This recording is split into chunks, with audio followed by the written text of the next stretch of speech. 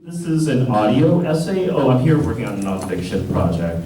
And this is an audio essay, so it actually requires like music.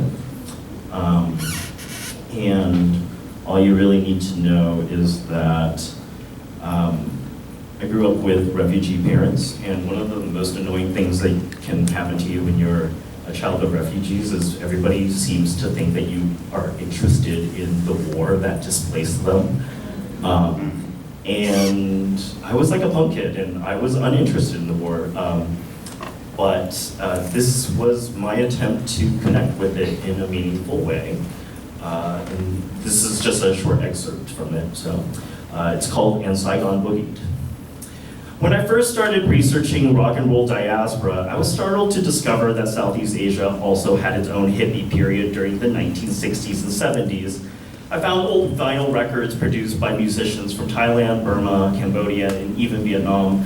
At first, there were a lot of covers, renditions of songs from American artists being performed by musicians in both English and translated into their native languages. There were Vietnamese renditions of Nancy Sinatra and Cher.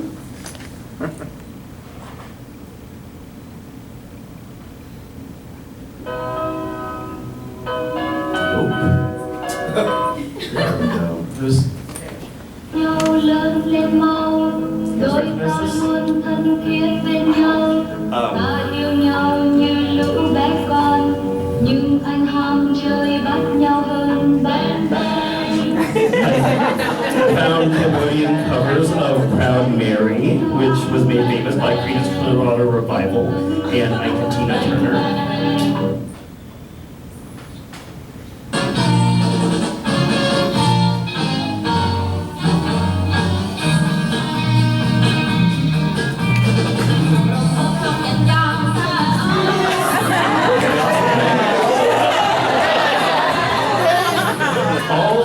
Countries were exposed to American rock and roll through the radio frequencies that ran through the region. It was the 60s and a war was taking place, a conflict that Americans referred to as the Vietnam War and what Vietnamese people called the American War in Vietnam. Places like Bangkok, Thailand, and Phnom Penh, Cambodia became cities where American soldiers were stationed for rest and relaxation between duties. So the military airwaves were filled with American guitars, California surf rock, and teen dance music. The spread of the music throughout Southeast Asia was not only just in the airwaves, but also in the form of 8-tracks and cassette tapes that the soldiers carried with them as personal items. And American soldiers came into the region with their army fatigues, letters from home, VD, and Elvis Presley.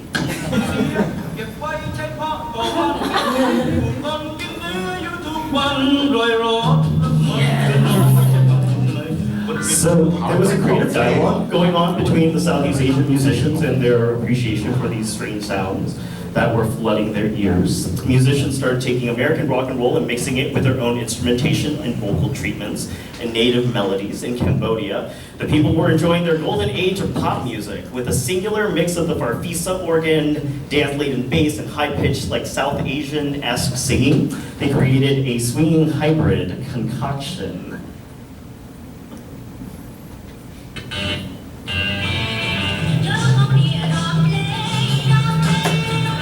In Vietnam, this hybrid music was isolated to the city of Saigon, and the country was divided between North and South, the latter of which had a government set up and backed by the US out of fear of communism. So all the American influences, including music, took place in South Country, in producing a grand spectrum of different rock styles. There was the brooding, slow rock sound,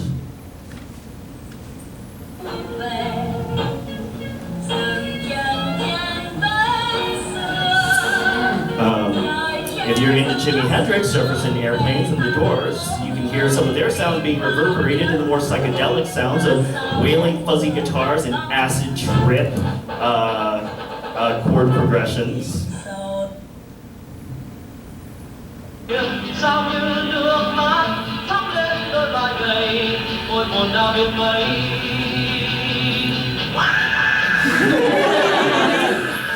So I think back to all these embarrassing war references in pop culture that pass as representation of my people. The photo of the monk setting himself on fire, the clip of a prostitute saying, "Me so horny, me love you long time." And then I contrast those images with a vision of a bunch of young people who looked like my parents, crowding the floor of a dance hall. In my mind, the men are all wearing suits, shaking it down with women in polyester skirts, their hair done into bobs. There's a band playing on stage. Streamers are hung from the ceilings. They're all having fun, throwing their head back in laughter, possibly doing the monkey.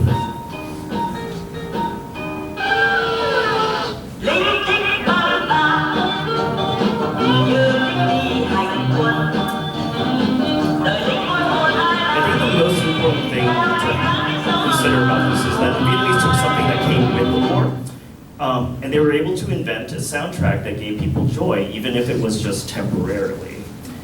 Southeast Asian rock and roll wasn't invented because of the war so much as it was created despite the war, and Saigon boogied while the rest of the country burned.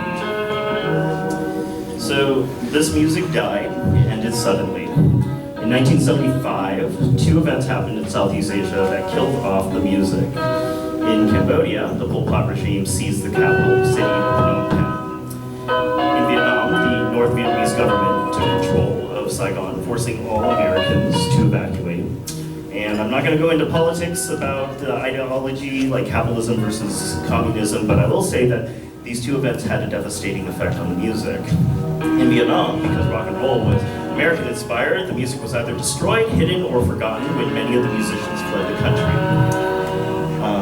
In Cambodia, the reaction to rock and roll was much grimmer. In its pursuit to create a new agrarian society, the Khmer Rouge marched its citizens into the jungle to work in mass labor camps, or what is now known today as the killing fields. They killed off an estimated 30-something% of the Khmer population, making it the only case of auto-genocide in human history. The new ruling government also killed off all of the major countries' scholars, artists, and musicians. The equivalent of this would be as if the US government were to turn around one day and decide to off any artist who had any ties to your favorite record label or twerked in a music video. So I think back to the very first records I ever heard while researching this kind of music. One artist, Min Phuc, who was covering Don McLean's American Pie, which itself was McLean's love letter to rock and roll history. And the lyrics now take on double meaning. When Min Phuc sings McLean's lyrics, and these three men I admire the most, they caught the last train for the coast. I imagine American soldiers evacuating and helicopters leaving a chain of destruction they had introduced to the region in their wake. When he ends by singing the refrain, "Bye bye, Miss American Pie," he's saying goodbye to a piece of musical history that would soon be lost. But at least it's a history that I'm grateful to know and root to.